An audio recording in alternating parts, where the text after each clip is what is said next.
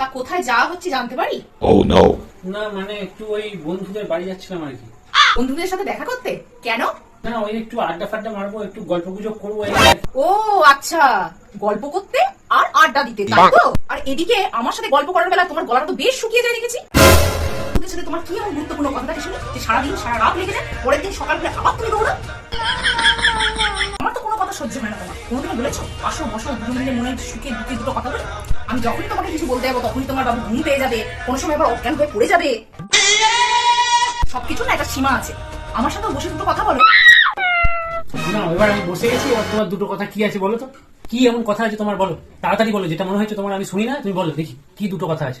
কোথাও যাবে না। হ্যাঁ কি? কোথাও যাবে না, ব্যাস দুটো কথা।